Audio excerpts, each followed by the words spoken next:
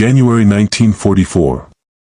Western Europe is cold, gray, and soaked with rain. Inside a German field headquarters, maps cover the walls. Red and blue pins crowd northern France, Italy, the Atlantic coast.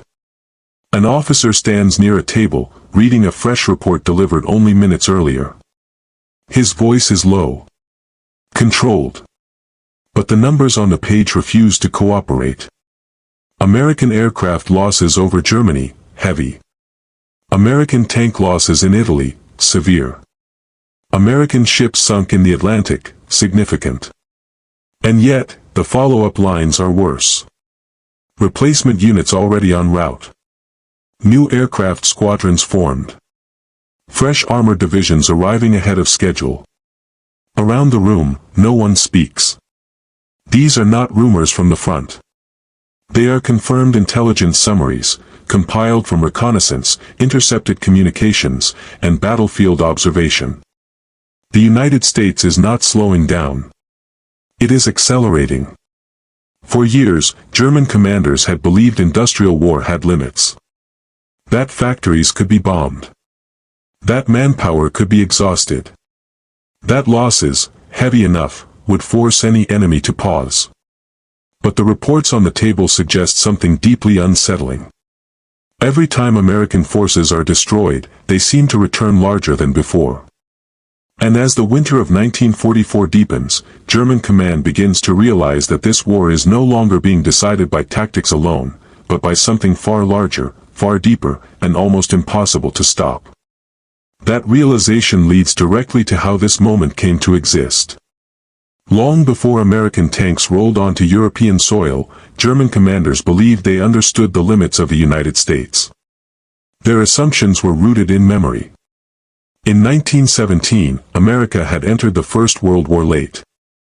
Its army arrived inexperienced, poorly equipped by European standards, and dependent on Allied guidance. German officers who survived that war carried the impression forward: America possessed potential, but not readiness. Power, but not endurance. During the interwar years, those beliefs hardened. Germany rebuilt its military culture around efficiency, specialization, and technical superiority. Weapons were designed by skilled engineers, produced in controlled numbers, refined constantly. The panzer divisions, the Luftwaffe, and the U-boat arm were conceived as instruments of precision, sharp, fast, and decisive. War, as German doctrine understood it, would be won quickly. Before economies could grind. Before factories could matter more than generals. The United States seemed the opposite. Across the Atlantic stood a nation focused on consumer goods, mass entertainment, and civilian prosperity. Its factories built cars, refrigerators, radios. Its military budget before 1939 was smaller than that of several European powers. Its army ranked behind Portugal in size. Its officer corps lacked recent combat experience. To German planners, America looked unfocused, rich, but soft. Even after war erupted in Europe in September 1939, German intelligence assessments remained dismissive. Reports described American industry as powerful but politically constrained. Isolationist sentiment, labor disputes, and a lack of urgency appeared to limit mobilization. The United States supplied Britain with weapons and materials, but at arm's length, through programs like Lend-Lease. To German eyes, this confirmed their theory: America could support war, but not sustain it directly. Inside the German high command, production was treated as a finite race. Every nation, they believed, possessed a peak output, after which shortages, labor fatigue, and resource limits would force decline. German strategy aimed to win before that peak mattered. Blitzkrieg was not just tactical doctrine, it was economic logic. That logic shaped early campaigns. In Poland, France, and the Low Countries, speed crushed resistance. In 1941, Operation Barbarossa followed the same assumption: destroy the enemy's ability to fight before industrial depth could compensate. When Germany turned toward the Soviet Union, the gamble was enormous, but familiar. Victory would come quickly, or not at all. America, still officially neutral, barely registered as a battlefield threat. Even after German submarines began encountering U.S. ships in the Atlantic, the encounters reinforced old beliefs. Early American destroyers lacked coordination. Convoys were poorly defended. U-boats sank ships at alarming rates. To German naval commanders, this looked like confirmation: the Americans were late again, unprepared again, learning again. Then came December 7, 1941. Pearl Harbor shattered American isolation overnight. Germany declared war days later, assuming, incorrectly, that Japan's strike had weakened the United States at its core. German leaders believed the blow would delay American entry into Europe by years. What they did not yet understand was that something far more dangerous had been unleashed. America did not mobilize gradually. It mobilized completely. Factories that once built automobiles were scheduled for conversion within weeks. Shipyards expanded at unprecedented speed. Training camps multiplied across the continent. By mid-1942, the scale of American industrial reorientation had no historical precedent. German intelligence noticed the numbers, but dismissed the meaning. Production targets, they believed, were theoretical. Raw materials would bottleneck. Skilled labor would slow expansion. Coordination would fail. No nation could transform civilian industry into war production without collapse. Germany had never seen it done before. And so, even as American equipment began appearing in North Africa in 1942, Sherman tanks, transport trucks, artillery, German commanders interpreted the influx as temporary. A surge. A burst that would fade once losses mounted. They assumed that attrition would do what bombs and submarines could not. That assumption would soon collide with reality. Because by the time American forces entered sustained combat, the war economy behind them was no longer experimental, it was relentless. By early 1942, the United States was no longer preparing for war. It was reorganizing itself around it. What German commanders struggled to grasp was that American mobilization did not rely on incremental growth. It relied on conversion. Entire sectors of civilian life were redirected with a speed and scale that defied European experience. Automobile plants in Detroit halted consumer production and reopened as tank and aircraft engine factories. Refrigerator manufacturers shifted to producing machine gun parts. Typewriter companies began assembling bomb sites. This was not improvisation. It was coordination. The U.S. government created centralized agencies to control priorities, raw materials, labor allocation, and transportation. The War Production Board dictated what could be built and where. Contracts were standardized. Designs were simplified. Speed replaced elegance. Quantity replaced refinement. To German engineers, this approach appeared crude. American tanks, especially the M4 Sherman, were criticized in German reports for thinner armor and less powerful guns compared to the Panther or Tiger. American aircraft lacked some of the refined engineering seen in German fighters. U.S. weapons were described as adequate, not exceptional. But German analysts missed the deeper pattern. American equipment was designed to be produced quickly, repaired easily, and replaced without hesitation. Parts were interchangeable across factories thousands of miles apart. Crews could be trained faster. Vehicles could be shipped, unloaded, repaired, and returned to service with minimal delay. German industry could not replicate this. Germany's war economy, constrained by bombing, labor shortages, and internal competition between agencies, struggled to standardize. New weapon designs were introduced even as older ones remained in service, complicating maintenance and supply. Skilled labor was irreplaceable. When factories were damaged, production halted. In contrast, American factories absorbed losses almost invisibly. When German U-boats intensified attacks along the U.S. East Coast in early 1942, sinking dozens of ships, German naval commanders believed they had struck a decisive blow. Shipping losses appeared catastrophic. But within months, American shipyards began launching Liberty ships faster than they could be sunk. Some were completed in weeks. To German intelligence officers reading these reports, the numbers seemed exaggerated. Reconnaissance pilots confirmed new holes in harbors. Submarine crews reported fresh convoys appearing immediately after attacks. Sinkings that once crippled supply lines now produced no visible effect. The same pattern emerged in the air. By 1943, the U.S. Army Air Forces were losing hundreds of bombers over Germany. The cost was staggering. German fighter pilots believed attrition would eventually force the Americans to halt daylight bombing. Losses, they reasoned, were unsustainable. But American bomber formations returned again. And again. And again. New air groups replaced destroyed ones almost immediately. Aircraft types evolved without disrupting output. Crew training pipelines expanded rather than slowed. Where Germany struggled to replace experienced pilots, the United States replaced entire units. This imbalance extended to the ground war. In North Africa, American forces absorbed painful defeats in early engagements. Tanks burned. Units retreated. German commanders took these moments as proof that American armies would break under pressure. Instead, the defeats were analyzed, absorbed, and compensated for.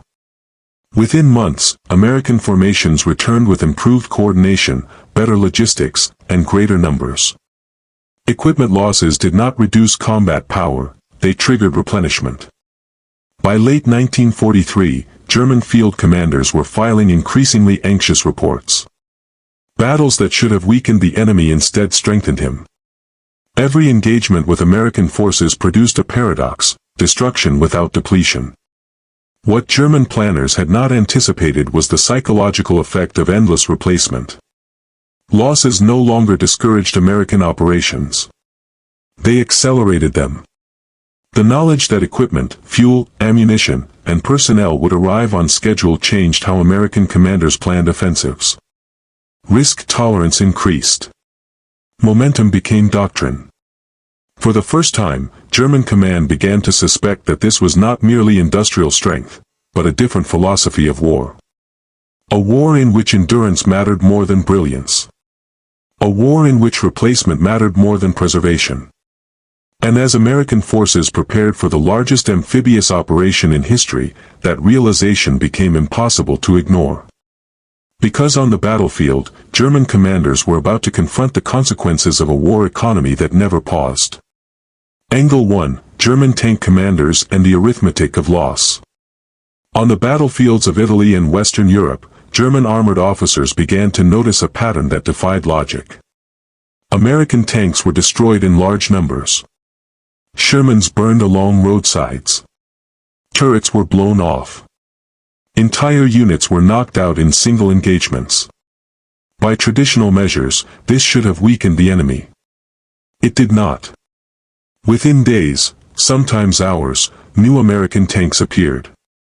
Not as replacements pieced together from reserves, but as fully formed units arriving with fuel, ammunition, and trained crews. German tank commanders reported destroying dozens of vehicles only to face equal or greater numbers in the next engagement. The Sherman was not feared for its armor or firepower. It was feared for its availability. German reports began to describe American armor as unexhaustible. Even when Panthers and Tigers achieved tactical success, those victories failed to produce strategic effect. The battlefield reset itself, always in America's favor. Angle 2, the Luftwaffe and the shock of replacement in the air.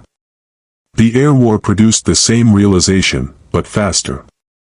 German fighter pilots initially welcomed American daylight bombing. They believed heavy losses would force a retreat to nighttime operations, where accuracy would suffer. Early victories reinforced that belief. Then the Americans returned. Bomber formations grew larger. Escort fighters extended their range. Aircraft lost 1 week were replaced the next. Airfields destroyed by bombing were repaired. Crews killed or captured were replaced by new squadrons trained thousands of miles away. German commanders began to understand that they were not fighting units, they were fighting a system. Where Germany lost irreplaceable veteran pilots, America replaced experience with scale. Training hours increased. Aircraft production rose. Losses were calculated, accepted, and absorbed. Attrition, once Germany's weapon, now worked against it. Angle 3, U-boats versus shipyards. Nowhere was the imbalance clearer than at sea. German submarines continued sinking American and Allied shipping throughout 1942 and 1943. Individual patrols reported impressive tallies. Yet the strategic effect vanished. American shipyards launched vessels faster than U-boats could destroy them. Liberty ships appeared in convoys almost immediately after losses. Tankers, troop transports, and supply ships multiplied across the Atlantic. German naval intelligence began receiving reports that bordered on disbelief. Sinkings that once paralyzed Britain now barely registered. The ocean, once a battleground, became a highway. The U-boat arm was fighting a losing equation. For every German submarine lost, replacements were slow and costly. For every American ship sunk, 2 more followed. By the end of 1943, German commanders no longer spoke of victory at sea, only survival. And across land, air, and ocean, one conclusion became unavoidable. This was not a contest of tactics anymore. It was a contest of replacement. That realization would soon extend beyond weapons, to the men who used them, and the psychology of a war that Germany could no longer control. Angle 4, Logistics and Spare Parts, the Invisible Arsenal. German planners initially assumed that destroying American vehicles and aircraft would create long-term shortages. Yet reports from the front told a different story. Every Sherman knocked out was often replaced within days. Fuel and ammunition arrived without interruption. Broken tanks were repaired and returned to combat. Crew shortages were mitigated by training programs that produced hundreds of replacements each month. German officers began to see that America's advantage was not only in numbers, it was in the supply chain. Factories, railways, and ports functioned as a single, coordinated network. Damage to one node slowed production briefly but never halted it. The system was resilient, redundant, and relentless.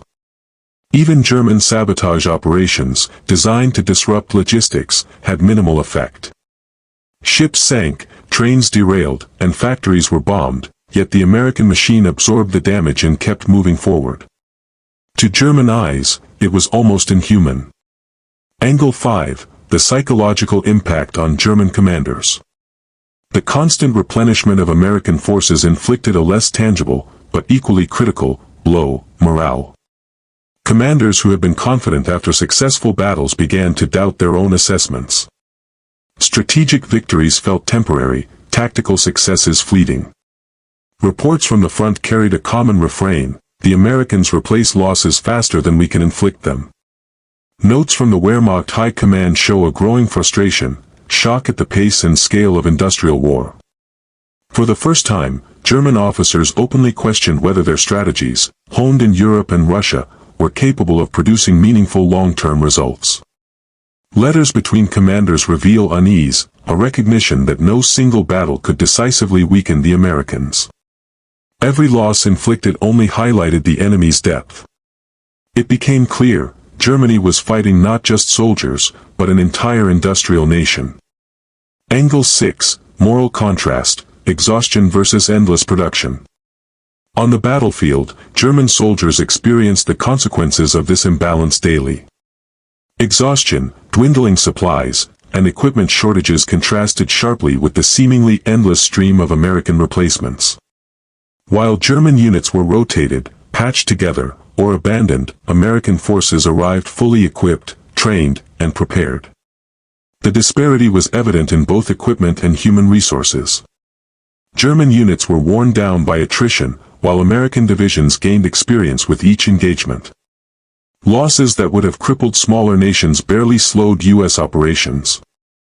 German officers began to note that the Americans fought not only with superior numbers but with a confidence born of certainty. They knew replacements were coming. They knew their supply lines were unbroken. They knew the war machine behind them could absorb staggering losses. For German commanders, this combination of relentless production, logistics mastery, and morale resilience created a profound sense of disbelief. No amount of tactical skill could offset a system that repaired itself as quickly as it was damaged. And as the Allies prepared for the invasion of Normandy, this realization would become undeniable. German commanders, watching reports of fresh divisions, aircraft, and tanks arriving on the continent, understood that the war had shifted in a way they could not reverse. This understanding would set the stage for the decisive moment when American industrial power directly dictated the outcome on the battlefield. Summer 1944. Normandy. The invasion had begun on June 6, but the weeks that followed revealed a pattern that German commanders could no longer ignore. American divisions poured onto the beaches, equipped with vehicles, artillery, and supplies that seemed to appear endlessly. Every tank destroyed in hedgerows was replaced, every artillery position silenced was soon reinforced. German officers documented a reality they had once assumed impossible. Reports from the front described the attrition of German forces as catastrophic.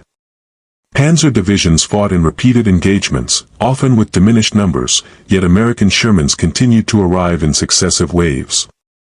The 2nd Armored Division, for example, had lost dozens of tanks in the bocage, yet new units were deployed within days, equipped and manned. The arithmetic of the battlefield had shifted. Losses no longer dictated outcome, production did. Air support compounded the shock. The 8th Air Force's daylight bombing campaigns destroyed rail lines, factories, and depots in northern France, yet German intelligence noted an immediate rebound. Aircraft lost in combat were replaced, repair depots restored damaged planes, and new crews arrived with alarming frequency. German fighter pilots and command staffs began recording phrases like unrelenting and inexhaustible in operational reports. At sea, the Battle of the Atlantic illustrated the same principle. U-boat commanders sank convoys in dramatic numbers, yet the United States shipyards produced more vessels than could be destroyed. Liberty ships, corvettes, and tankers appeared in ports as quickly as submarines could report losses. German naval command struggled to quantify the effect of their successes. Every sinking seemed tactical, but strategically meaningless. Even small engagements highlighted the scale of American efficiency. Skirmishes in hedgerows, river crossings, and coastal towns revealed a logistical backbone that Germany could not disrupt. Fuel depots rebuilt overnight, ammunition trucks replenished artillery units, and replacement infantry divisions marched forward with near-clockwork reliability. On July 20, intelligence reports compiled at OB West in France reached an unnerving conclusion. Not only were American losses being replaced, they were often replaced faster than Germany could inflict them. Every tactical victory the Wehrmacht achieved was temporary. Every calculated strike against American forces only revealed the depth of the industrial machine supporting them. German command papers began to show a growing disbelief. Notes from Panzergruppe West commented that the Americans fight not only with weapons, but with factories behind them. Luftwaffe generals remarked on the staggering resilience of the 8th Air Force, noting that even when large numbers of bombers were shot down, formations returned undiminished. Naval intelligence added that Liberty ship production rates were unmatched by any previous European conflict. The cumulative effect on German morale was profound. Officers used terms like beyond comprehension and unreal to describe their encounters with American forces. Losses that would have been decisive against other nations were absorbed, compensated for, and eclipsed by American industrial capacity. By mid-July, German planners acknowledged a grim truth: their earlier assumptions, that attrition, tactical brilliance, and selective bombing could wear down the Americans, were invalid. America's ability to replace losses rapidly, to train new crews, and to deploy equipment efficiently created a battlefield equilibrium that Germany could not break. Every report reinforced the same conclusion: Germany was facing an opponent whose strength could not be exhausted through conventional means. The war was no longer a contest of individual battles, it was a contest of replacement, endurance, and industrial willpower. And in this realization, German commanders began to understand the scale of the challenge they faced. The Allies' production capabilities had become the decisive weapon, one that no tactical maneuver or local victory could overcome.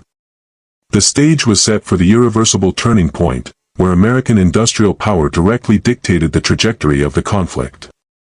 By late 1944, German commanders had no illusions left. Reports from the front were consistent. American forces, despite suffering heavy losses, returned stronger and more numerous than before. The Normandy hedgerows had been cleared, but the cost to the Germans was disproportionate.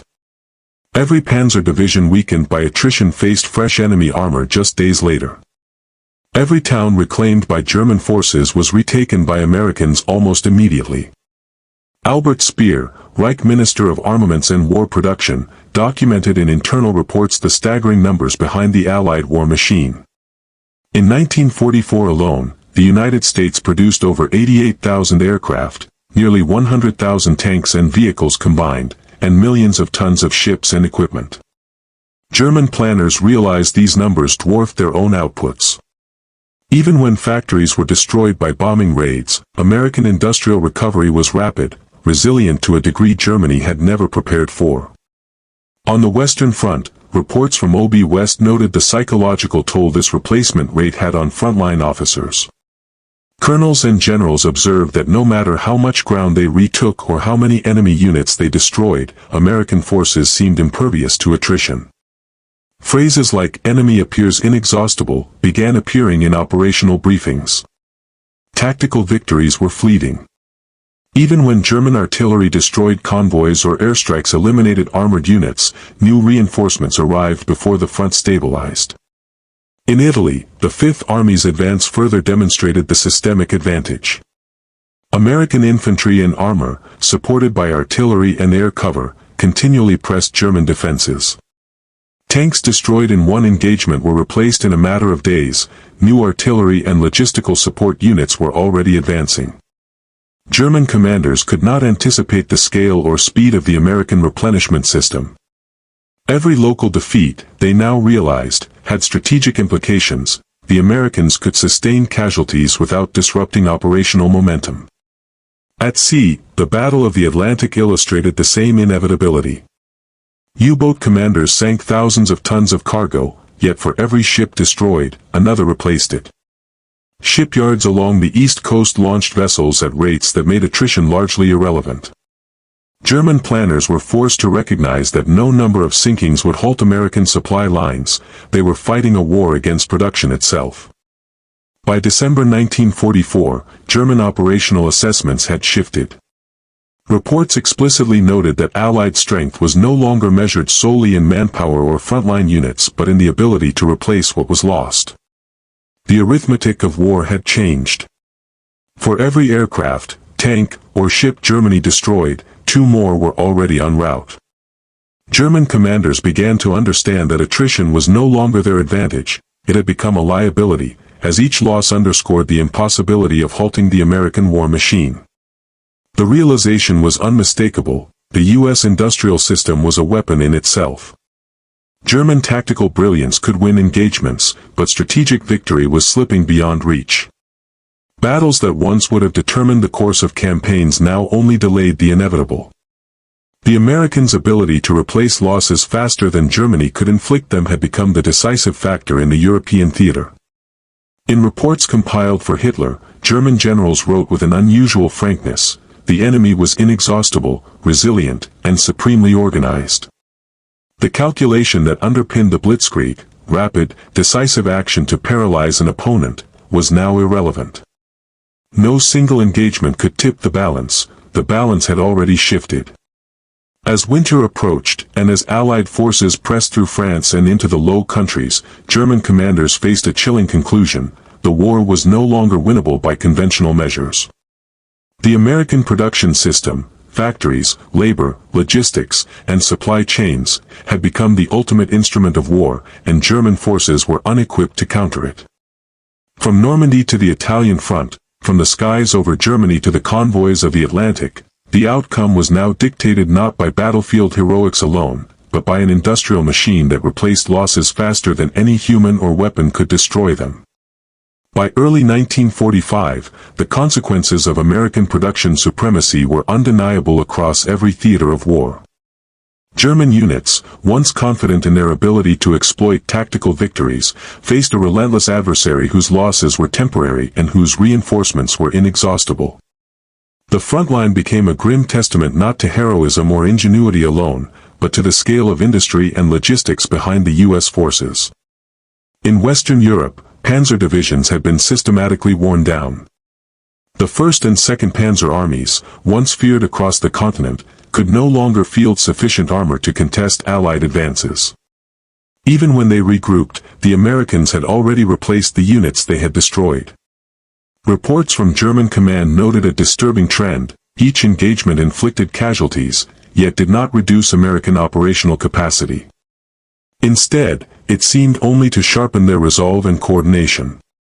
The Allied bombing campaign had compounded this effect.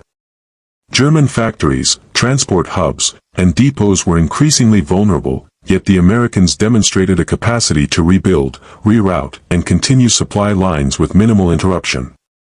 Aircraft shot down over Germany were replaced. New squadrons appeared faster than German fighters could engage them.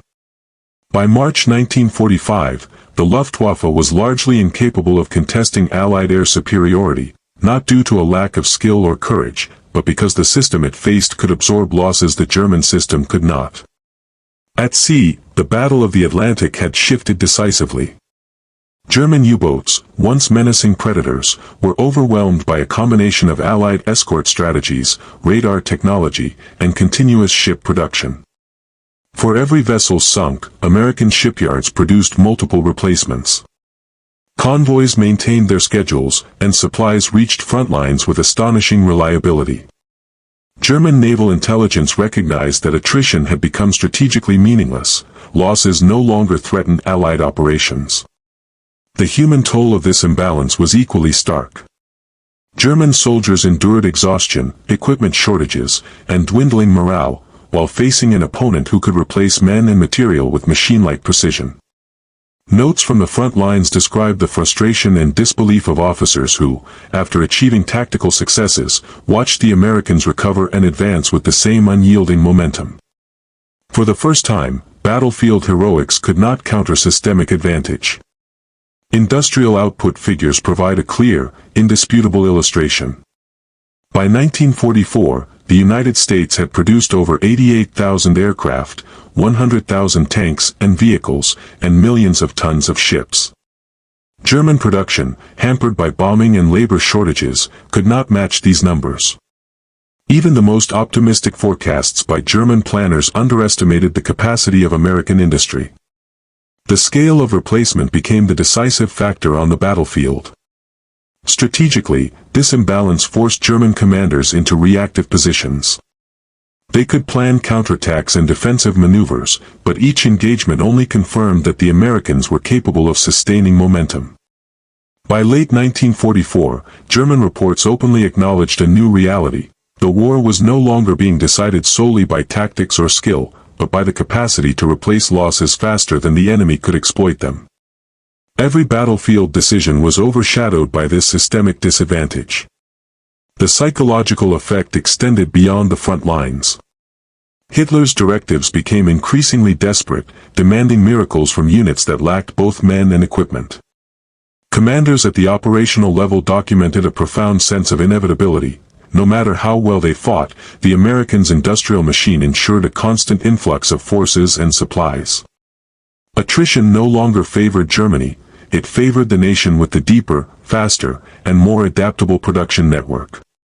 And as winter receded and Allied forces prepared for the final campaigns into the German heartland, the consequences of this industrial dominance became impossible to ignore. The scale of replacement had shifted the war's trajectory, ensuring that German tactical successes were transient, while American operational capability remained unbroken. This growing imbalance set the stage for the final phase of conflict, where German resistance could not match the sustained power of an industrially unstoppable opponent. By spring 1945, the reality of American production dominance was clear in every theater. German forces, already depleted from months of continuous combat, faced an enemy whose numbers and equipment could not be exhausted.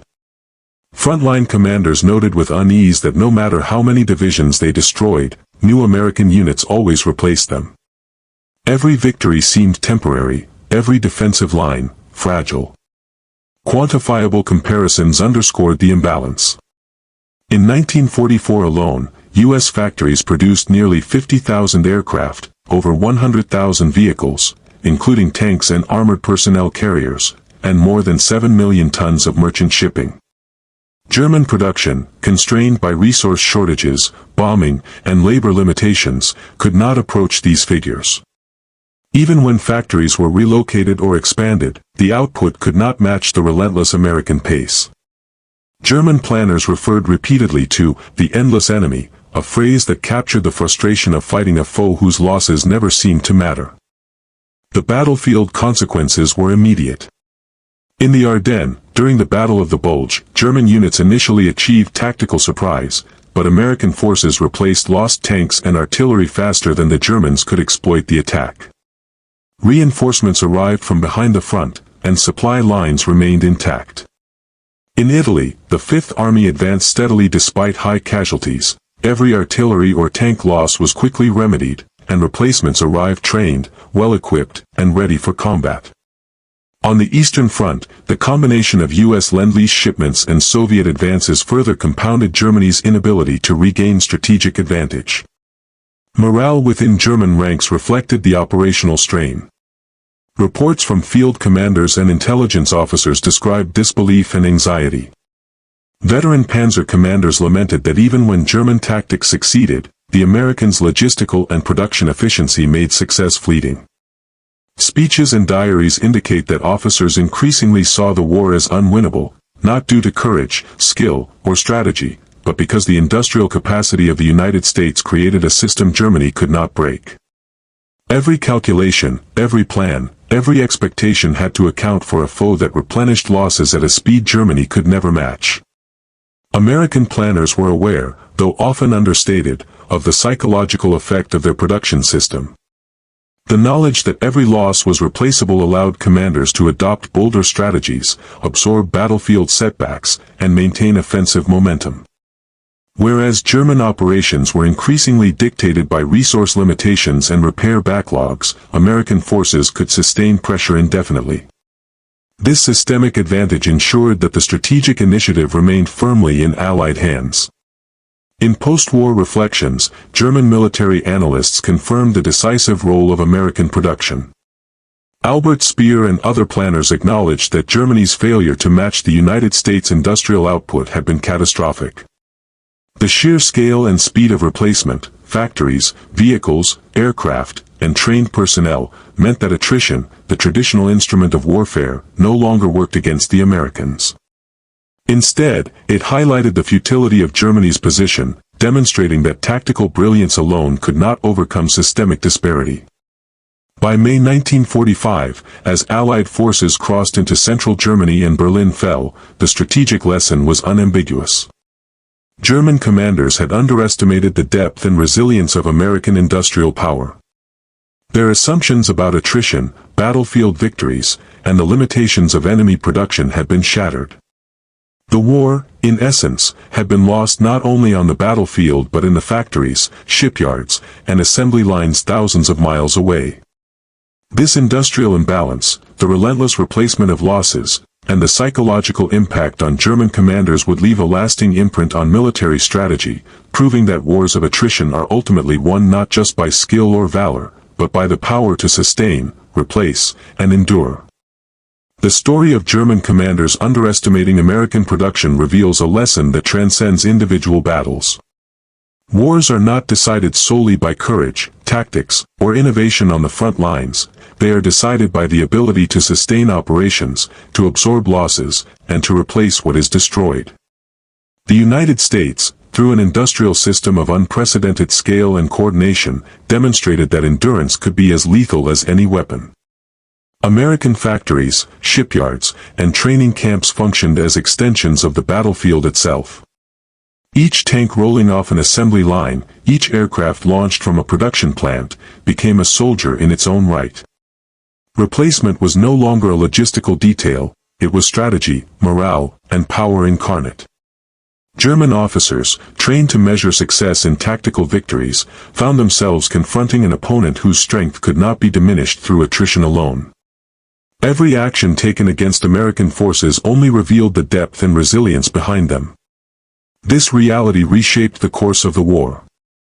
Normandy, the Italian campaigns, the Battle of the Bulge, each engagement reflected not merely the bravery or skill of soldiers, but the invisible war waged in factories, shipyards, and training centers across the Atlantic. By the time German commanders recognized the scale of American production, it was too late. Their assumptions about limitations, attrition, and endurance had been upended by a system designed to replace losses faster than they could be inflicted. In the larger context of history, this lesson endures. Industrial capacity, logistics, and sustained output remain decisive factors in modern warfare. The ability to replace, reinforce, and maintain operational momentum can outweigh individual tactical brilliance. The experiences of German commanders during World War II illustrate how a failure to grasp this principle can turn every battlefield achievement into a fleeting success. Ultimately, the war in Europe was decided as much by the relentless churn of American industry as by the soldiers who fought. German commanders never expected it. And that underestimation became, quietly and inevitably, the weapon that determined the outcome. The battlefield had become a mirror of the factories behind it, and the mirror always reflected American power.